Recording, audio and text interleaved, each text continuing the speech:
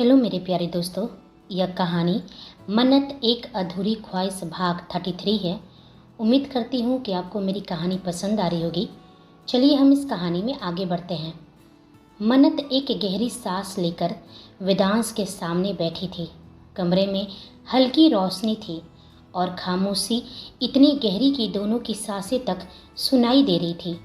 उसकी आंखें डरी हुई थी, लेकिन उनमें एक दृढ़ता भी थी। वह अपने सूट के मोती वाले दुपट्टे को कसकर थामे हुए बोली, मिस्टर राठौर, आपने आज बहुत बड़ा फैसला लिया, मुझसे शादी करने का। पर मैं चाहती हूँ कि आप मेरी बात पहले सुन लें। सब कुछ जान लेने के बाद अगर आप ये रिश्ता तोड़ दें तो भी मुझे कोई शिकायत नहीं होगी। वेदांश उसकी बात सुन रहा था कि तभी वेदांश की मोबाइल की तेज रिंग बजी। उसने एक नज़र स्क्रीन पर डाली और तुरंत उठकर कमरे के एक कोने में चला गया। कॉल थोड़ी लंबी चली और जब वह लौटा उसके चेहरे पर वही गंभीरता थी जो हमेशा किसी तूफान से पहले आती है। जान, उसने धीरे से कहा, आप बोलिए, क्या कहना था आपको? मन्नत ने उसकी आंखों में देखा। वह कुछ बोलने ही वाली थी, मगर उसके चेहरे की थकान और बेचैनी देखकर वह रुक गई। क्या बात है मिस्टर राठौर, आप थोड़े परेशान लग रहे हैं। किसका फ़ोन था? वेदांश ने धीरे से कहा, इंस्पेक्टर का था। जिस जगह मेरा एक्सीडेंट हुआ था वहाँ की जांच पूरी हो गई है। मेरी कार पूरी तरह से जल चुकी थी, जिसकी वजह से आसपास थोड़ा नुकसान हुआ है। वह केस क्लोज्ड कर रहे हैं, यही बताना था उन्हें। उसने गहरी सांस ली। उसकी आवाज़ में कहीं एक खालीपन था। लेकिन आप यह सब छोड़िए, मैं उस केस को देख लेगा। आप बताइए, क्या कहना था आपको? यह सुनते ही मन्नत अपनी बात भूल एक्सीडेंट के बारे में सोचने लगी। वह बोली, मैं आपसे पूछना चाहती थी, लेकिन मौका ही नहीं मिला। आखिर आप उस दिन कार इतनी तेज़ क्यों चला रहे थे? इतना भी क्या गुस्सा और नाराज़गी? मयंक ने बताया था कि अगर आपकी कार कुछ इंच और आगे जाती तो आप पहाड़ से नीचे गिर जाते। आप जानते हैं ये सुनकर मैं कितनी डर गई थी। बोलिए, आप इतने बेपरवाह कब से हो गए? वेदांश चुप रहा। उसकी आंखें मन्नत के चेहरे पर टिक गई। मन्नत का यूं उसके लिए परेशान होते देख उसके चेहरे पर हल्की मुस्कान आई, लेकिन अगले ही पल उसने अपनी नज़रें झुका ली। फिर बहुत धीमे स्वर में कहा, जान, मुझे खुद नहीं पता कि उस वक्त मैं क्या कर रहा था। शायद मैं सब खत्म कर देना चाहता था। मुझे लगा कि मैंने आपको खो दिया है। आप मुझसे नाराज़ जो थी, जीने की कोई वजह ही नहीं बची थी। पर उसी वक्त एक अजीब बात हुई। मुझे एक आवाज़ सुनाई दी, एक लड़की की आवाज़। मन्नत ने पलकें झपकाई। आवाज़? वेदांश की आंखें अब कहीं दूर देख रही थी, जैसे वह पल अभी भी उसके जहन में जिंदा हो। हाँ, एक लड़की की आवाज़। वह कह रही थी, वेद, तुम मन्नत को छोड़कर नहीं जा सकते हो, उसे तुम्हारी ज़रूरत है। पहले तो मुझे लगा कि वो आवाज़ आपकी थी, फिर लगा शायद मेरा भ्रम था, लेकिन नहीं, वो आवाज़ इतनी साफ थी जिसे कोई मुझे खींच रहा हो। और उसी पल मैंने अपनी कार का स्टीयरिंग मोड़ लिया। मन्नत की सांसें जैसे थम सी गई थी। उसका चेहरा पीला पड़ गया। उसकी आंखों में हैरानी थी और दिल में एक अजीब सी हलचल। मिस्टर राठौर, उसकी आवाज़ कांपी। क्या आपने उस आवाज़ को फिर कभी सुना? वेदांश ने उसकी ओर देखा। नहीं, लेकिन अजीब बात यह भी है जान कि जब भी आप मेरे पास होती हैं मुझे वही एहसास फिर से होता है, जैसे वो आवाज़ अब आप में बसी हो। मन्नत की उंगलियां हल्के से कांपी। उसके आंखों के कोरे से आंसू गिरने लगे और वह मन में बोली, आलिया? हाँ, आलिया ही थी, तुम ही थी ना? वो धीमे से खुद से ही बातें करने लगी। क्या वो तुम थी जिसने मिस्टर राठौर को बचाया? वो आवाज़, वो पुकार, हाँ वो तुम ही थी आलिया। उसके चेहरे पर एक दर्द भर आया। हाँ, पक्का तुम ही थी। तभी तो उस दिन अचानक मेरे दिल में भी बेचैनी होने लगी थी। मेरी आंखों से आंसू अपने आप निकलने लगे थे, जैसे तुम मुझे इशारा दे रही थी कि कुछ बुरा होने वाला है। आलिया की याद आने से मन्नत के जहन में किंग घूमने लगा। मैं किंग को कैसे भूल गई? अभी ही मौका है मिस्टर राठौर से किंग के बारे में बात करने की।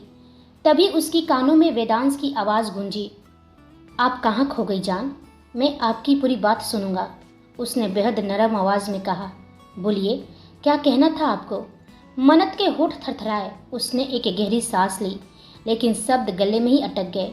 दिल की धड़कनें इतनी तेज हो चुकी थी कि जैसे कोई अंदर से उसे पुकार रहा हो। उसके मन के अंदर दो आवाज़ें टकरा रही थी, एक जो उसे सच बोलने को कह रही थी और दूसरी जो उसे रोक रही थी। उसके अंदर का डर बोला, क्या कर रही हो तुम मन्नत? मत भूल तू यहाँ क्यों आई है। तुझे किंग को ढूंढना है। अगर तूने मिस्टर राठौर को अपना अतीत बता दिया तो वह तुझसे दूर हो जाएंगे और फिर तू कैसे उनकी मदद के बिना किंग तक पहुंचेगी। उसने खुद को संभालने की कोशिश की, लेकिन तभी उसकी अंतरात्मा ने उसे झकझोरा। नहीं मन्नत, ये गलत है। तू अपने स्वार्थ के लिए धोखा नहीं दे सकती। वो तुमसे शादी करना चाहते हैं, यह कोई छोटा फैसला नहीं है। तुम्हें उन्हें अपना सच बता देना चाहिए। उसके मन में जैसे तूफान मच गया था, कंधे कांपने लगे, आंखों से कुछ आंसू गिर पड़े। उसने धीमे से आंखें बंद की और मन ही मन बोली, सॉरी मिस्टर राठौर, अभी मेरे लिए सिर्फ और सिर्फ किंग जरूरी है। मुझे माफ़ कर दीजिए कि आज मैं पहली बार अपने स्वार्थ के लिए आपका इस्तेमाल कर रही हूँ। वह रुककर गहरी सांस ली। मैं आपको अभी अपना पास्ट नहीं बता सकती, उसने धीमे स्वर में खुद से कहा, लेकिन वादा करती हूँ जिस दिन किंग मिल जाएगा मैं आपको सब सच बता दूंगी। वेदांश वहीं सोफे पर बैठा था और मन्नत उसके सामने थी। उसके चेहरे पर झिझक थी, पर आंखों में कुछ कहने की चाह साफ झलक रही थी। वेदांश ने धीमे स्वर में कहा, बोलिए जान, क्या कहना था आपको? मन्नत ने गहरी सांस ली और धीरे से बोली, मिस्टर राठौर, अगर मैं आपसे कुछ कहूँ तो क्या आप बिना कोई जवाब सवाल किए मेरी बात सुनेंगे? वेदांश मुस्कुराया और उसकी दोनों हथेलियों को अपने हाथों में थाम लिया। जान, मैं वादा करता हूँ मैं आपसे कोई भी सवाल नहीं करूँगा। जो भी कहिए बस कह दीजिए। फिर उसने मन्नत को धीरे से अपनी ओर खींच लिया। मन्नत एक पल को संभल नहीं पाई और सीधा उसकी गोद में आ गिरी। वेदांश ने उसके चेहरे से बालों की कुछ लटें हटाई, उसकी आंखों में गहराई से देखते हुए बोला, आप मुझ पर भरोसा कर सकती हैं। अब बताइए क्या कहना था आपको? वेदांश के करीब होने से मन्नत का दिल तेजी से धड़कने लगा, पूरे शरीर में झुंझुनी सी होने लगी। वेदांश का हाथ उसके गाल पर धीरे धीरे मूव कर रहे थे। उसकी छुअन से मन्नत की सांसें भारी होने लगी। वो क्या कहे भूल ही गई थी। धीरे धीरे वेदांश का अंगूठा उसके होठों को छूने लगा और अपनी मदहोश सी आवाज़ में बोला, बोलिए ना जान, आपको क्या कहना था? मन्नत ने जैसे तैसे खुद को संभाला और बोली, मिस्टर राठौर, आप मेरे इतने करीब रहेंगे तो मुझे तो कहना भी नहीं आ रहा है कि मैं क्या कहूँ। मैं आपके साइड में बैठ जाऊँ? वेदांश की आंखें और भी इंटेंस हो गई। उसके होठों का भाव बिल्कुल अलग लगने लगा। वो धीरे से बोला, नहीं जान, जो कहना है यही इसी पल कहिए। मन्नत ने हिम्मत जुटाई और धीरे से कहा, किंग। यह सुनते ही वेदांश के हाथ जो मूव कर रहे थे रुक गए। उसकी भौवें थोड़ी चढ़ गई, फिर हल्की मुस्कान के साथ बोला, किंग मतलब आप बॉलीवुड किंग शाहरुख खान की बात कर रही हैं? आप उनसे मिलना चाहती हैं? मन्नत ने तुरंत सिर झटका, नहीं मिस्टर राठौर, मैं शाहरुख खान की बात नहीं कर रही हूँ। वेदांश का चेहरा अब गंभीर हो गया। तो फिर कौन? मन्नत ने गहरी सांस ली। उसकी आंखों में अब एक साया उतर आया था, एक ऐसा नाम जो अंधेरे से जुड़ा था। मैं माफिया वर्ल्ड के किंग की बात कर रही हूँ। वेदांश का चेहरा एक पल के लिए जम गया। कमरे की हवा जैसे थम सी गई।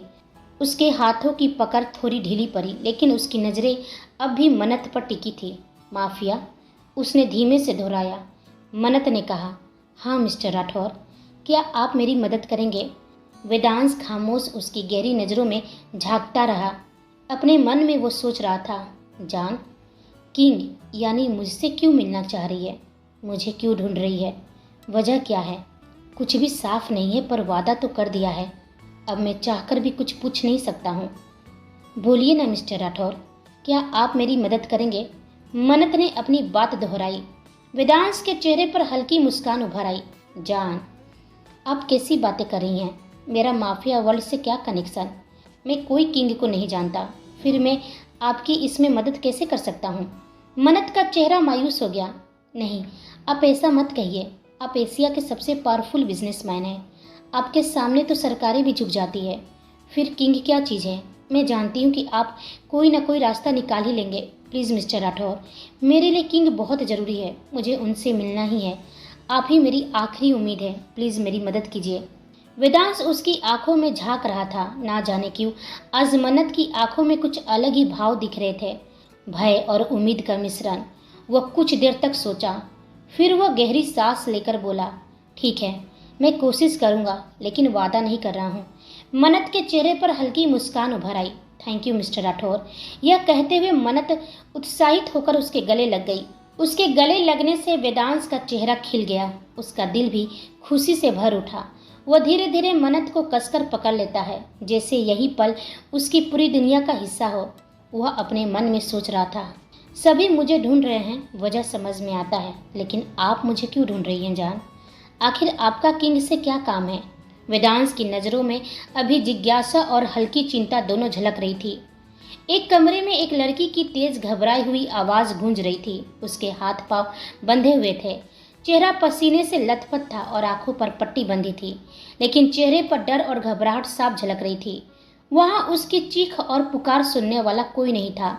धीरे धीरे उसकी हिम्मत टूटने लगी, जैसे हर पल उसका आत्मविश्वास घिसट कर कम हो रहा हो। अचानक दरवाजा खुला और किसी के जूते की हल्की हल्की टक टक की आवाज़ उसके कानों तक पहुंची। यह सुनते ही उसकी हालत डर से और भी बिगड़ गई। उसने खुद को छुड़ाने की कोशिश की, लेकिन उसकी कोशिश बेअसर रही। यह कोई और नहीं, जैस्मिन थी। कमरे की ठंडी हवा में केवल उसकी सांसों की आहट गूंज रही थी। वेदांश सामने आया और गंभीर चेहरे के साथ सोफे पर बैठ गया। उसका मुंह सख्त था, उसका चेहरा सख्त था, आंखों में कोई कोमलता नहीं, बस ठंडी सतर्कता थी। जैस्मिन ने जैसे ही महसूस किया कि कोई उसके आसपास है, उसका डर और बढ़ गया।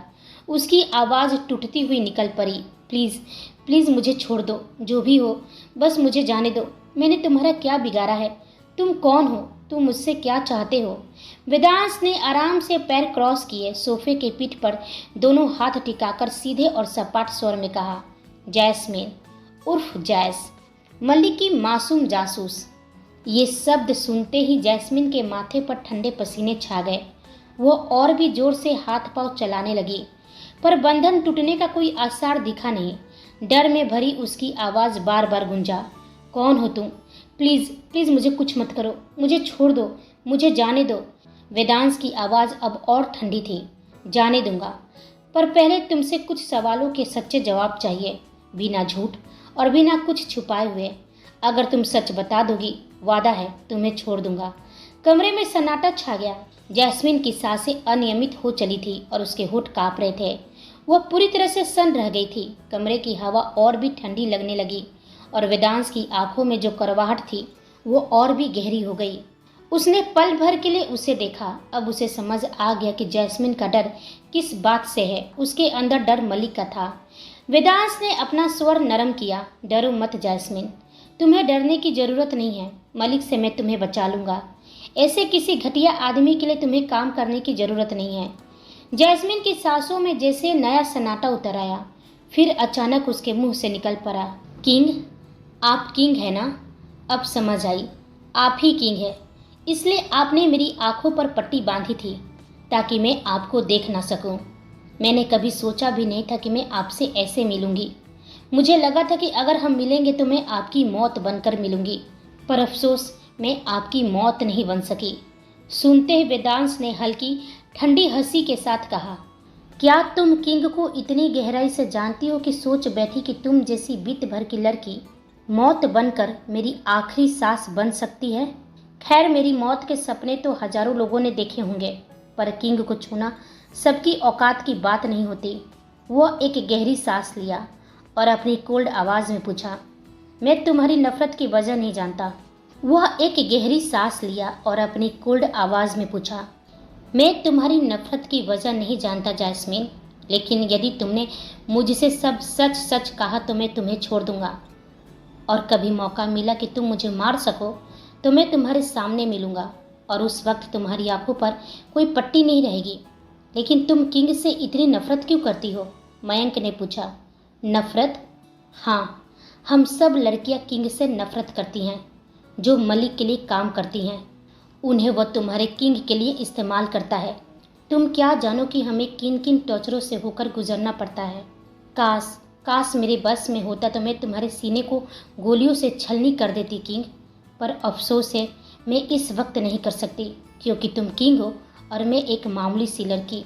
जैस्मिन की हर बात में गुस्सा झलक रहा था। हर शब्द से साफ था कि वो किंग से कितनी नफरत करती है। उसका दर्द और रोष वेदांश और कमरे में मौजूद सबको अजीब सा हिला गया। जैस्मिन ने आगे कहा, हम लड़कियां अनाथ थी। जो अनाथ होती है उन्हें किसी न किसी ढंग से उठाकर ले जाया जाता है या खरीदा जाता है। फिर हमें दूर एक ऐसी जगह पर बंद कर देते हैं जहां हमारा कोई संपर्क नहीं रहता। हमें यह भी नहीं मालूम होता कि हम कहाँ हैं। देश और दुनिया किसी की खबर नहीं होती। बड़े बड़े कैंप चलाए जाते हैं, हमें ट्रेनिंग दिया जाता है। किसी को हनी ट्रैप के लिए रेडी किया जाता है तो किसी को जासूस बनाकर भेजा जाता है। यहाँ तक कि हमें सुसाइड बम भी बनाया जाता है। माफिया वर्ल्ड में हर किसी को उसकी काबिलियत के हिसाब से काम सौंपा जाता है। यदि कोई मना करती है तो वो कोई भी हद पार कर देते हैं। हम डर के मारे बेहोशी और टूटन के बीच उनकी हर बात मानने को मजबूर हो जाते हैं। हमें दवाइयाँ दी जाती हैं, हमारे जीवन पर कंट्रोल किया जाता है ताकि हम उनके खेल में फिट हो सके। हम में से कई लड़कियां उम्र में भी छोटी होती है, 15 साल या उससे भी कम, क्योंकि उन्हें तोड़ना आसान होता है। मुझे वेदांश राठौर के पास भेजा गया था उसकी पूरी जानकारी निकालने के लिए। उसे अपने जाल में फंसाना मेरा काम था, पर मैं यह नहीं कर सकी क्योंकि मन्नत उसकी ढाल बनकर उसके सामने खड़ी हो गई। और हाँ, मैं बाहर से 19 साल की दिख सकती हूँ, पर मेरी असली उम्र सिर्फ 15 साल है। वेदांश की आंखें चौड़ी हो गई। वो ठिठक गया, क्या तुम सिर्फ 15 साल की हो? हाँ, जैस्मिन ने करवाहट और थकान में हंसकर कहा। हम सबको वहाँ इसी तरह से बनाया गया। अनाथ आश्रमों से उठाकर लाया गया, इंजेक्शन दिए गए और हमारे दिल और दिमाग को पूरी तरह से कंट्रोल करके उनका मशीन बना दिया गया। मन्नत का नाम सुनते ही वेदांश का चेहरा एकदम से सख्त हो गया था। उसकी आंखों में एक पल के लिए जैसे किसी तूफान की झलक दिखी। वहीं मयंक और शिव ने भी हैरानी से एक दूसरे की तरफ देखा, जिससे उन्हें किसी बड़े रहस्य की आहट मिल गई हो। पर वेदांश कुछ नहीं बोला। वह अपने चेहरे पर वही ठंडा बेपरवाह सा भाव लिए बोला, कौन मन्नत? और वह वेदांश राठौर की क्या लगती है? जैस्मिन ने गहरी सांस ली और फिर बोली, मुझे नहीं पता कि वो वेदांश राठौर की क्या लगती है, पर मन्नत से मेरी पहली मुलाकात कैंप में हुई थी जहां हमें ट्रेनिंग के लिए लाया गया था। यह सुनते ही तीनों चौंक उठे। वेदांश के दिल में जैसे किसी ने चिंगारी जला दी हो। सांसें भारी हो गई, जबड़ा जकड़ गया। फिर भी खुद को संभालते हुए उसने धीमे स्वर में कहा, पूरी बात बताओ जैस्मिन। जैस्मिन ने अपने कांपते होठों से बोलना जारी रखा। मन्नत को जब पहली बार वहां लाया गया था वह बहुत डरी हुई थी। उसकी आंखें रोने से सूजी हुई थी और चेहरा जैसे नींद और दर्द दोनों में बुझा हुआ था। हम सब लड़कियों को उनकी बात ना मानने पर सजा मिलती थी, पर मन्नत, उसे देखकर लगता था कि उसने हमसे भी ज़्यादा सहा है। उसे खासकर किंग के लिए रेडी किया जा रहा था क्योंकि वो दिखने में हम सब लड़कियों में सबसे सुंदर थी। उसे खासकर किंग के लिए रेडी किया जा रहा था क्योंकि वो दिखने में हम सब लड़कियों में सबसे सुंदर थी। वह कई बार खुद को ख़त्म करने की कोशिश करती थी, लेकिन वहाँ के लोग इतने बेरहम थे कि हमें मरने भी नहीं देते थे। वह किसी से बात नहीं करती थी, ना ही किसी की बात पर आसानी से झुकती थी। फिर भी वह बाकी लड़कियों का दर्द समझती थी। कई बार हमें दिलासा देती थी, खुद रोकर भी हमें संभालती। वह कहाँ से आई थी, कैसे वहाँ पहुँची, यह कभी किसी को मालूम नहीं चला, पर मैंने उसे वहीं देखा था, उसी नरक जैसे कैंप में जहाँ हम सबको तोड़ने की ट्रेनिंग दी जाती थी। जैस्मिन की हर बात के साथ वेदांश की मुठिया और कसती जा रही थी। उसकी आंखों में एक उबाल था, जैसे अगर मन्नत के साथ जो हुआ उसकी सच्चाई सामने आई तो वह पूरी दुनिया को आग में झोंक देगा। दिन ऐसे ही गुजरते रहे। उनका टॉर्चर लगातार बढ़ता गया। जो लड़कियां उनकी बातें आसानी से मान जाती उन्हें जल्द ही वहां से निकाल लिया जाता, लेकिन जो लड़कियां नहीं मानती उन्हें फिर से वहीं लाकर ट्रेंड किया जाता, टॉर्चर किया जाता और उनकी हिम्मत तोड़ी जाती। फिर हमारी मुलाकात एक दिन आलिया से हुई। आलिया हम सब में सबसे अलग थी। वह स्ट्रांग थी और कॉन्फिडेंट थी। उसकी आंखों में डर नहीं था। मन्नत और उसकी दोस्ती धीरे धीरे गहरी हो गई। मन्नत उसके साथ थोड़ा हंसने और बोलने लगी थी। आलिया कौन थी इसका हमें शुरुआत में कोई अंदाज़ा नहीं था, लेकिन बाद में पता चला कि वह एक एजेंट थी और वह खुद किंग को वहाँ ढूंढने आई थी। एजेंट के तौर पर वो चुपके से हमारे बीच में शामिल हुई थी। एक दिन मलिक का सबसे खास असिस्टेंट, एक आदमी जिसका चेहरा पूरी तरह से ढका हुआ था, वह हमारा हेड था। उसकी नज़रें लगातार मन्नत पर टिकी थी। दिन भर के बाद एक दिन मन्नत को वहाँ से निकाल लिया गया। हमें नहीं पता था कि उसे कहाँ ले जाया गया। कुछ दिनों बाद हमें खबर मिली कि मन्नत और आलिया दोनों ने भागने की कोशिश की थी और इस दौरान उन्हें मौत के घाट उतार दिया गया है। हमें लगा था कि वो हमें बचाने आएंगे, लेकिन जब उनकी मौत की खबर मिली तो हम सब टूट गए। हम सभी उनके सामने मजबूरी में झुक गए। जैस्मिन यह बताते हुए रो पड़ी। उसके गालों से आंसू लुढ़कने लगे। क्या हुआ था उसके साथ? वेदांश की आवाज़ तीखी और सर्द हो गई। जैस्मिन ने हौले से कहा, मुझे नहीं मालूम। मैं कैंप के बाहर मन्नत को तब देखी थी जब मैं कियारा की असिस्टेंट बनकर आई थी। मन्नत को जिंदा देखकर मुझे बहुत हैरानी हुई और खुशी भी, लेकिन मुझे लगा कि मन्नत और आलिया ने हमें धोखा दिया है। अगर वह जिंदा थी तो हमें बचाने क्यों नहीं आई? फिर उसने आगे बताया कि फार्म हाउस पर मन्नत से मिलने के बाद उसे सच पता चला। भागने के दौरान मन्नत की कार का एक्सीडेंट हुआ था और इसी हादसे में आलिया की मौत हो गई। मन्नत किसी तरह बच गई थी। इससे ज़्यादा मुझे मन्नत के बारे में कुछ भी नहीं मालूम है। बस इतना ही जानती हूँ, मन्नत आज भी किसी चीज़ से बहुत डरती है। वो पैनिक कर जाती है, पर वजह मुझे नहीं मालूम। जैस्मिन बोलकर बेहाल होकर रो रही थी। उसकी सिसकियाँ कमरे में अनुनाद कर रही थी। हर शिखर पर दर्द जैसा फूट पड़ता था। वेदांश ने एक आखिरी सवाल पूछा। उसकी आवाज़ में अब एक अजीब सा कंपन था, मानो पूरा जहां घुट कर रह जाए। मलिक का असिस्टेंट, वह लेफ्ट हैंड, क्या वह राव था? उसने सख्ती से पूछा। जैस्मिन का रोना अचानक ठिठक गया। सांसें उचकने लगी। माथे पर ठंडे पसीने छलक आए। डर ने उसके हाथ पांव जकड़ लिए थे। उसके मन में एक ही बात बार बार गूंज रहा था, नहीं नहीं, मैं उसका नाम नहीं ले सकती। अगर मैंने राव का नाम लिया और उसे खबर लगी तो वह मुझे ढूंढ कर भी मारेगा। वेदांश उसकी हर हरकत, हर भाव फोकस की हुई निगाहों से देख रहा था। कोई दया, बस ठंडी समझ और एक सवाल जो हवा में लटका हुआ था। आखिरकार जैस्मिन फुसफुसाई, नहीं, मालूम नहीं, मुझे नहीं पता वह कौन था। उसका चेहरा ढका हुआ था, मैं ठीक से देख नहीं पाई थी।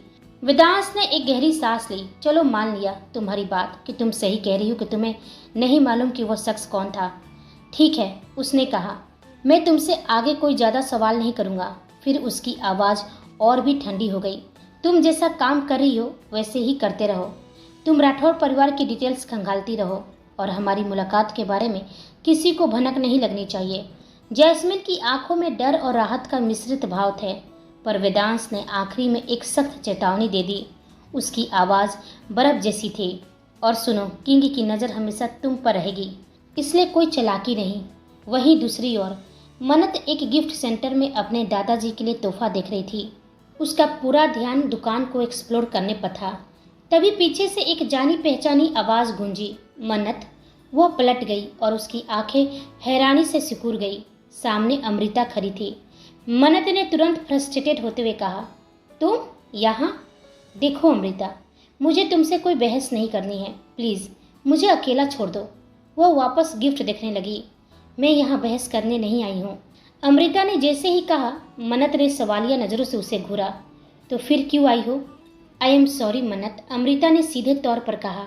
यह सुनते ही मन्नत हक्की बक्की रह गई। क्या क्या कहा तुमने? सॉरी?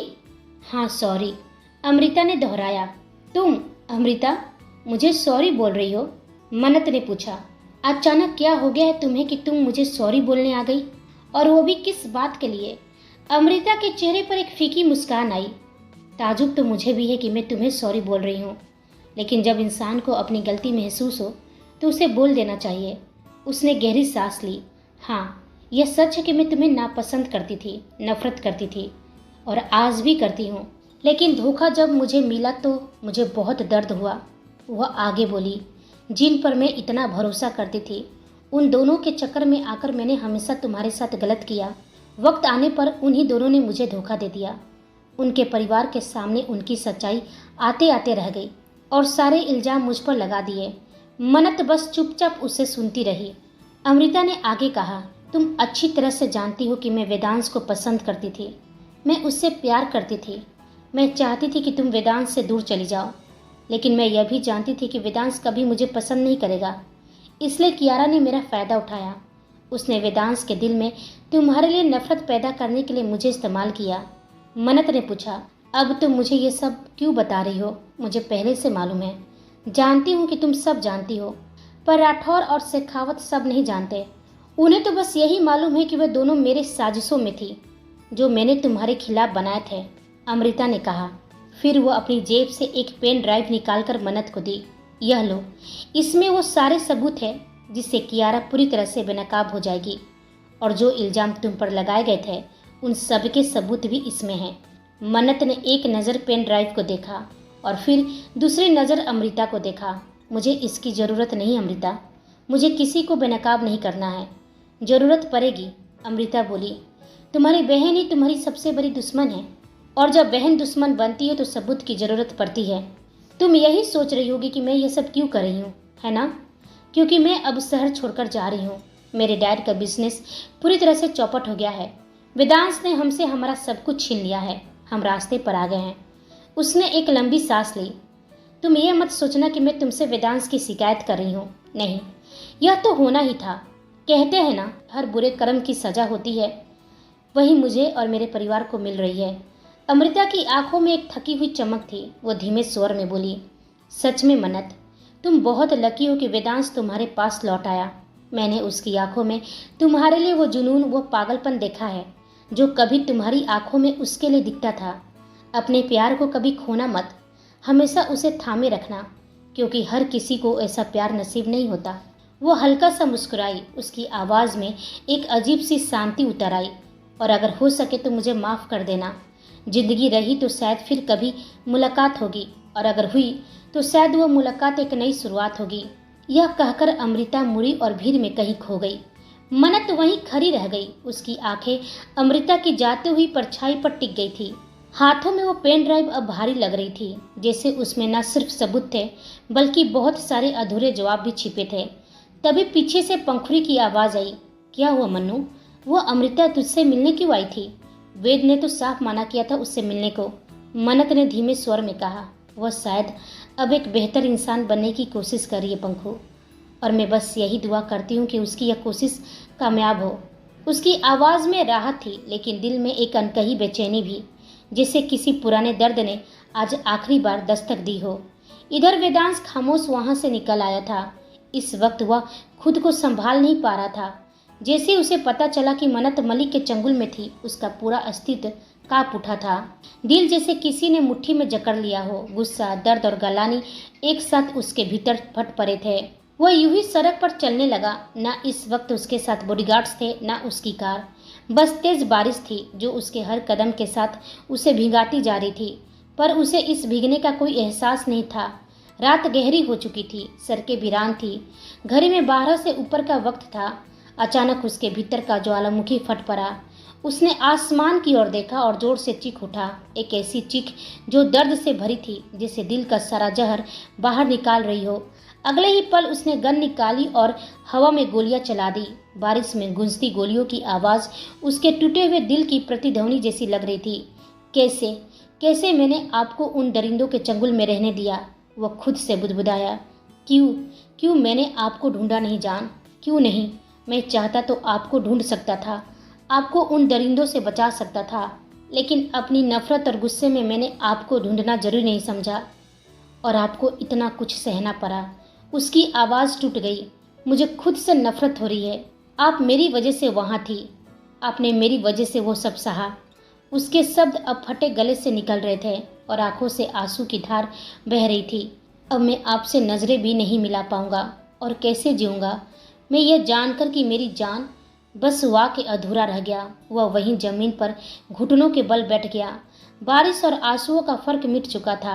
वेदांश की आंखों से गुस्सा और दर्द एक साथ छलक रहा था। तभी पीछे से मयंक आया और उसने धीरे से उसके कंधे पर हाथ रखा। वह जानता था अगर उसने वेदांश को इस हालत में अकेला छोड़ दिया तो वह अपने गुस्से और पागलपन में कुछ ऐसा कर जाता जिसका अंजाम कोई नहीं सोच सकता था। वेदांश की आंखें खून जैसी लाल थी। उसने भारी आवाज़ में कहा, मयंक, मनु को मालूम नहीं चलना चाहिए कि हमें सब पता चल गया है। मैं उन्हें टूटते हुए नहीं देख सकता हूँ। कई बार उन्होंने मुझे अपना सच बताने की कोशिश की, लेकिन मैं ही हर बार उन्हें रोक देता था, क्योंकि कहीं न कहीं मुझे डर था कि अगर उनका सच सामने आ गया तो चाहे मैं टूट जाऊं या नहीं, वो ज़रूर बिखर जाएंगी, और मैं उन्हें बिखरते हुए नहीं देख सकता था। उसके लहजे में गहराई थी जो हर शब्द के साथ दर्द बनकर बह रही थी। मैंने देखा है उन्हें अपने आप से लड़ते हुए, अपने डर से, अपने अंधेरे से। मयंक, वो अंधेरे में पैनिक कर जाती हैं। मैं सोच भी नहीं सकता हूँ कि उन्होंने क्या क्या सहा होगा। ये सोचकर ही मेरा सिर फटने लगता है। मयंक ने उसके दोनों कंधे पकड़ लिए। वेद, अब तुम्हें खुद को संभालना होगा, क्योंकि अब तुम्हें मन्नू को संभालना है। जिसने भी उसके साथ गलत किया है उसे ऐसी सज़ा मिलेगी कि उसकी रूह तक कांप उठे। पर अभी हमें सच्चाई पूरी नहीं पता। जैस्मीन ने सब कुछ नहीं बताया। मन्नत ही हमें बता सकती है कि असल में उसके साथ क्या हुआ है। वेदांश ने तुरंत सिर हिलाया। नहीं मयंक, मैं उनसे कभी नहीं पूछूंगा। मुझे उनका सच जानना ही नहीं है। कुछ सच जानने की ज़रूरत ही नहीं होती। वह मली के कैंप में थी। इसी से अनुमान लगाया जा सकता है कि उनके साथ वहाँ पर क्या हुआ होगा। अब उनके बारे में कुछ भी नहीं जानना है मुझे, कुछ भी नहीं। बस मुझे इतना पता है कि मलिक और उसका असिस्टेंट राव, दोनों की मौत अब मेरे हाथों लिखी है। बस यही मेरे लिए काफ़ी है। उसकी आंखें और लाल हो गई थी। गुस्से से उसका चेहरा काँप रहा था। और एक बात याद रखना मयंक, कबीर को इस बारे में कुछ पता नहीं चलना चाहिए। वो बहुत ही शॉर्ट टेम्पर है। अगर उसे मन्नत के बारे में जरा भी भनक लगी तो वह सब कुछ खत्म कर देगा। और ये वक्त ऐसा कदम उठाने का नहीं है। वेदांश की आवाज़ ठंडी थी, पर उसमें एक आग थी जो किसी को भी राख कर सकती थी। उसने कहा, अब वक्त आ गया है कि राव को अपनी चाल में फंसाने का। लेकिन एक और सवाल बाकी है मयंक। आलिया, वो मुझे क्यों ढूंढ रही थी? शायद यही वजह है कि मन्नत भी किंग को ढूंढ रही है। अब इन सारे सवालों का जवाब हमें ढूंढना होगा। कैसे जुड़ेगा आलिया का सच इस कहानी से? क्या मन्नत को पता चलेगा कि वेदांश उसका सच जान चुका है? क्या था उस पेन ड्राइव में? और क्या मन्नत उसका इस्तेमाल करेगी? अब कहानी एक नए मोड़ पर पहुंच चुकी है। जानिए आगे क्या होगा मन्नत एक अधूरी ख्वाहिश के अगले भाग में। अगर आपको यह एपिसोड पसंद आया हो तो लाइक, शेयर और कमेंट जरूर करें और चैनल को सब्सक्राइब करना बिल्कुल ना भूलें। आप सभी का दिल से धन्यवाद कहानी सुनने के लिए।